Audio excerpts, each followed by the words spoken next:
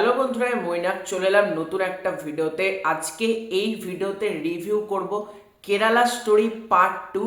এই ছবিটার ভালো দিক খারাপ দিক নিয়ে আলোচনা করব। মূলত ভালো দিক একটাও নেই আমার জন্য, সব খারাপ দিক নিয়ে আজকের এই ভিডিওতে আলোচনা করব। তার আগে ছোট্ট অনুরোধ করব, তোমাদের যদি এই ভিডিওটা ভালো লাগে লাইক করো, কমেন্ট করো, সাবস্ক্রাইব করো চ্যানেলে প্রথমবার হয়ে থাকলে। এই ছবিটা আমি প্রথমে একটা ডিসক্লেমার দিয়ে দিতে চাই, এটা আমি সিনেমা হলে দেখতে যাইনি, কারণ এইসব বেকার ছবির জন্য আমার 1 টাকাও খরচ করতে মন চায় না। এই ছবিটা আমি টেলিগ্রাম থেকে ডাউনলোড করে দেখেছি। আমি অনেস্টলি যেটা সত্যি সেটাই ভিডিওর মধ্যে বলছি, পুরো ডাউনলোড করে আমি ছবিটা দেখেছি। কেমন লাগলো ছবিটা সেটা নিয়ে যদি কথা বলি, কিছু ছবি বানানোর উদ্দেশ্য কি, মানে সিনেমা বানাচ্ছে যারা মেকার্সের উদ্দেশ্য কি, দর্শকদেরকে এন্টারটেন করব। এই সিনেমাটা বানানোর উদ্দেশ্য হচ্ছে দর্শকদের মধ্যে হিংসা ছড়াবো, দাঙ্গা লাগাবো। এবং এই ছবিটা বানানোর উদ্দেশ্যকে আমি জানি, সামনে ভোট আসছে, মানে ভোট আসছে যেহেতু একটু তো হিন্দু মুসলিম করতে হবে, তাই না? না তো ভোট পাওয়া যাবে না।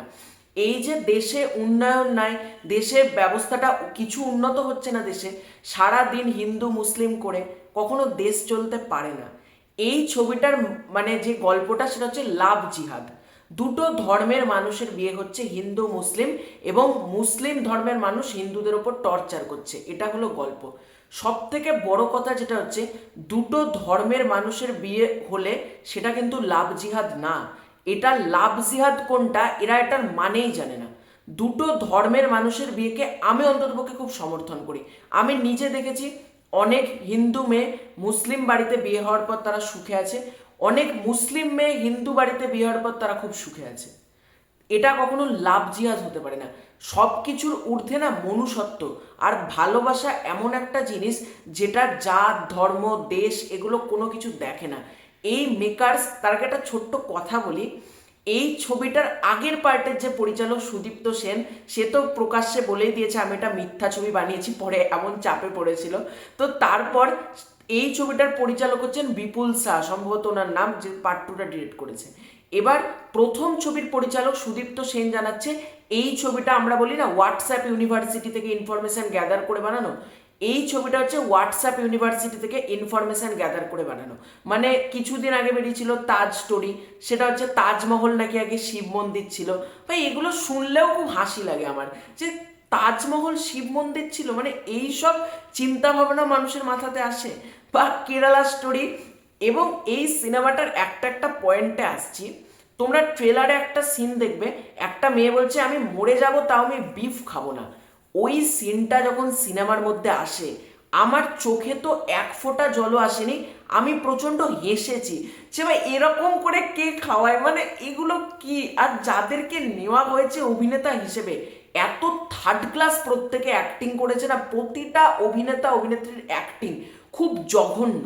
এবং আগের পার্টটাও খুবই বাজে ছিল কেরালা স্টোরি, যেটা প্রথম পার্ট, ওটা তো দেখা যায় না, মানে এত বিচ্ছিরি একটা সিনেমা।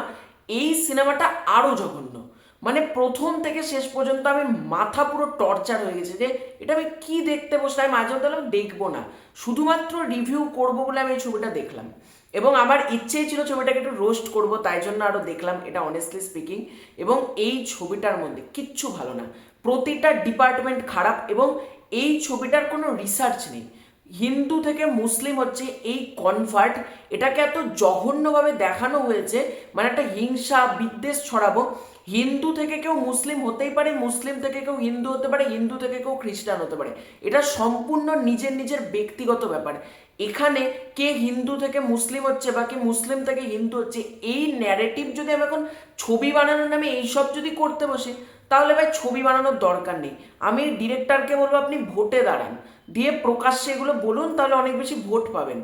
যে এটা লিখেছে বা যে সব বানিয়েছে, এগুলো করে না সিনেমা হয় না।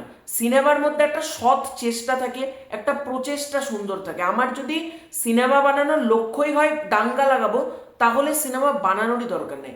সিনেমা বানাতেই হয় মানুষকে কিভাবে, মানে ভালো কিছু মেসেজ দেবো। এই সিনেমার মধ্যে কি মেসেজ আছে? হিংসা ছড়াবো, দাঙ্গা ছড়াবো, এটাই ছবিটার মেসেজ। এবং এই ছবিটা এর পরে দেখবো হয়তো অ্যাওয়ার্ড পেয়ে যাচ্ছে, ন্যাশনাল অ্যাওয়ার্ড কেরালা স্টোরি 2। মানে সত্যি করে কিছু বলার নেই, সব ছবি কে দেখে ভাই। আর মানুষ বুঝে গিয়েছে, বিশ্বাস করো। বেঙ্গল ফাইলস ডিজাস্টার, তাজ স্টোরি ডিজাস্টার, একের পর এক ডিজাস্টার হয়ে যাচ্ছে, কিন্তু প্রতিটা সিনেমা ডিজাস্টার। কারণ আজকে অডিয়েন্স কিন্তু বুঝতে শিখেছে। হোয়াটসঅ্যাপ ইউনিভার্সিটির কথা বলছি না, হোয়াটসঅ্যাপ ইউনিভার্সিটিতে কিছু ছোট লোক রয়েছে এখনো যারা কমেন্ট এসে বলবে হ্যাঁ এটা তুমি প্রোপাগান্ডা বলছো। ভাই প্রোপাগান্ডাকে প্রোপাগান্ডাই তো বলবো, প্রোপাগান্ডাকে কি বলবো সত্যজিৎ রায়ের সিনেমা? মানে কমন বুদ্ধি নেই এদের মাথায়, প্রোপাগান্ডাকে কি বলবো? সিনেমাটা তো লিখে মানে বলাই তো হচ্ছে না প্রোপাগান্ডা ছবি, তো আমি আলাদা করে কি প্রোপাগান্ডা ট্যাগ দেবো? মেকার্সরা তো বানিয়েছে নিজেরাই, তো বলছে এটা হিন্দু মুসলিম ঝামেলা লাগানো একটা ছবি, মানে হিন্দু মুসলিম একটা যে ভেদাভেদ করার এটা একটা ছবি। তাহলে আমি আলাদা করে কি বলছি? যেটা ডিরেক্টর বলছে আমিও সেটা বলছি, এটা একটা প্রোপাগান্ডা ছবি। এবং এটা ক্রাফট লেভেলে এতটা বাজে হয়েছে, মানে এই ছবিটাকে নিয়ে নেগেটিভ দিক বলতে গেলে শেষ হবে না। প্রতিটা ডিপার্টমেন্ট খারাপ এবং এই ছবিটা পুরো রাবিশ হয়েছে একবারে। মানে সামনে ভোট আসছে, এই ছবিটা বানানো হয়েছে ভোট ব্যাংকিং এর জন্য। আর আমি প্রতিটা ডিরেক্টর অ্যাক্টরকে বলবো দয়া করে এই ছবিগুলো বানানো বন্ধ করুন। আপনারা এসব ছবি বানাচ্ছেন, শিক্ষিত অডিয়েন্স তো যাচ্ছে না, উল্টে আপনাদের লস হচ্ছে, পরপর লস হচ্ছে। দেখুন না, বেঙ্গল স্টোরি থেকে শুরু করে তাজ স্টোরি সব ফ্লপ।